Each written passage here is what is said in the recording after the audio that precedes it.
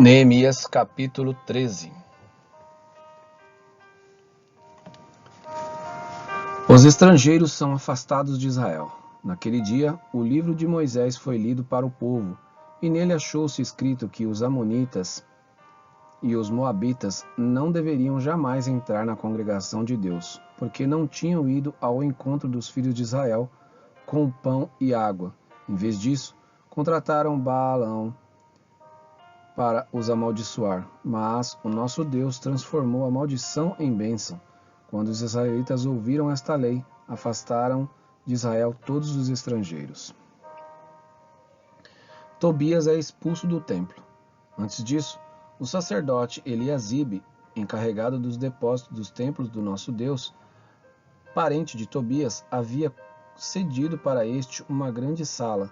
Anteriormente, era ali que se depositavam as ofertas de cereais, o incenso, os utensílios e os dízimos dos cereais, do vinho e do azeite, que eram destinados aos levitas, cantores e porteiros, bem como as contribuições para os sacerdotes.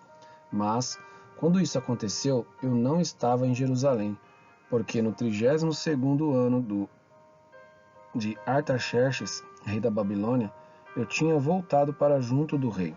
Mas depois de certo tempo pedi licença ao rei e voltei para Jerusalém. Então soube do mal que Eliasibe havia feito para beneficiar Tobias, cedendo-lhe uma sala nos pátios da casa de Deus. Isso me deixou tão irritado que atirei todos os móveis de Tobias para fora da sala.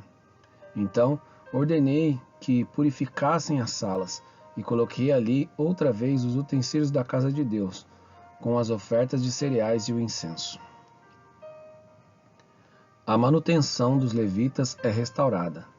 Também soube que as porções dos levitas não estavam sendo dadas a eles, de maneira que os levitas e os cantores que faziam o serviço tinham fugido, cada um para o seu campo. Então, repreendi os magistrados e perguntei: para quê? Por que a casa de Deus ficou abandonada?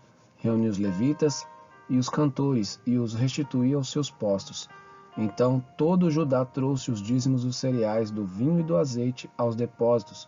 Por tesoureiros dos depósitos pus Selemias, o sacerdote, Zadok, o escrivão, e um levita chamado Pedaías. Como assistente deles pus Anã, filho de Zacur, filho de Matanias. Estes homens foram achados fiéis e ficaram encarregados de distribuir as porções entre os seus irmãos. Lembra-te de mim, ó meu Deus, e não apagues o bem que eu fiz ao templo de meu Deus e ao seu serviço. A observância do sábado é restabelecida. Naqueles dias, vi que em Judá havia homens que no sábado pisavam uvas nos lagares e traziam trigo que carregavam sobre jumentos. Também no dia de sábado traziam para Jerusalém vinho, uvas e figos e todo tipo de cargas. Protestei contra eles por venderem alimentos neste dia. Também moravam em Jerusalém homens de Tiro, que traziam peixes de todo tipo de mercadorias, que no sábado vendia aos filhos de Judá e em Jerusalém. Repreendi os nobres de Judá e lhes disse: que coisa errada é esta que vocês estão fazendo? Estão profanando o dia de sábado. Por acaso os pais de vocês não fizeram o mesmo, levando o nosso Deus a trazer todo este mal sobre nós e sobre esta cidade? E vocês ainda estão trazendo ira maior sobre Israel, profanando o sábado. Quando os portões de Jerusalém começavam a projetar a sua sombra antes do sábado, ordenei que fossem fechados, e determinei que não fossem abertos, a não ser depois do sábado. Coloquei alguns dos meus servos junto aos portões para que nenhuma carga entrasse no dia de sábado. Então, os negociantes e os vendedores de todo tipo de mercadorias pernoitaram fora de Jerusalém, uma ou duas vezes, e eu os repreendi e lhes disse: por que estão passando a noite diante da muralha? Se fizerem isso outra vez, eu usarei a força. Daí em diante não voltaram mais no sábado. Também mandei aos levitas que se purificassem e viessem guardar os portões, para santificar o dia de sábado.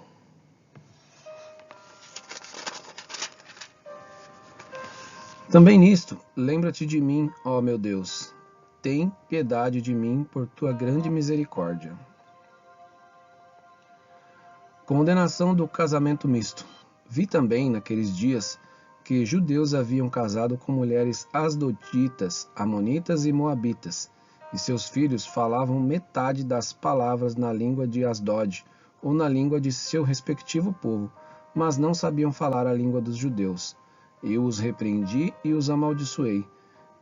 Espanquei alguns deles e arranquei os seus cabelos, e os fiz jurar em nome de Deus, dizendo: não deem mais as suas filhas em casamento aos filhos deles, nem escolham mais as filhas deles para os seus filhos ou para vocês mesmos.